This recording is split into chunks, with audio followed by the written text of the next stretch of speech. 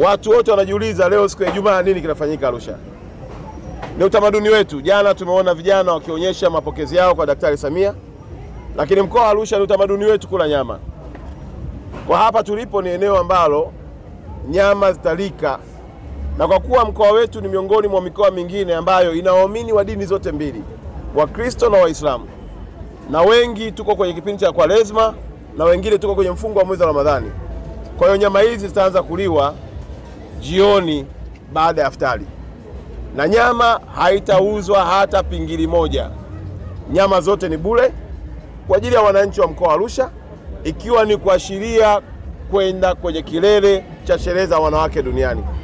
Nyama hizi zote nasema ni bure kwa wewe mwananchi unayekuja kula. Lakini Daktari Samia ndio aliyezigharimikia kuhakikisha kwamba zinawafikia wananchi wa mkoa wa Arusha, wanaendeleza utamaduni wao wa kufurahi na kula kwa pamoja.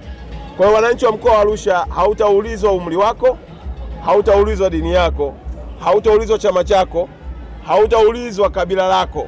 Unachotakiwa kufanya ni kuja tu kwenye maeneo haya ya Clock Tower na utakuta vijana wa Arusha watakuhudumia. Jambo moja pekee ambalo uruhusiwi kufanya ni kubeba nyama kwenda nayo nyumbani. Nyama hii inalika hapa hapa. Usije ukaja hapa na mfuko kwa ajili ya kubeba nyama, la hasha.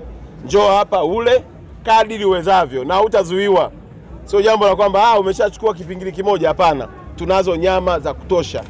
Ng'ombe, mbuzi, kondoo na nyama pori zipo za kutosha. Na kama unavyoona wanaendelea kuchoma ili waweke kwenye foili na jioni mtu ukifika unapakuliwa tu unakula kwa tani yako. Lakini pia tutakuwa na uji. Kwa wale watu ambao wataona mbali kwenda nyumbani kufuturu afu warudi hapa Clock Tower, tumewaandalia pia uji. Na ule uji pia hautanunuliwa wala hautauzwa. Wewe ukifika watakupa kikombe, utakunywa uji wako, utapiga dua yako, utaingia kwenye nyama, utakula nyama. Lakini yote hii ni mapenzi makubwa alionao Daktari Samia kwa wananchi wa mkoa wa Arusha, na kufanya wananchi wote tuendelee kuwa wamoja, tuungane kwa pamoja, na chonde kesho tuweze kumlaki kwa mapenzi makubwa katika uwanja wetu tukisherehekea sikukuu njema ya wanawake.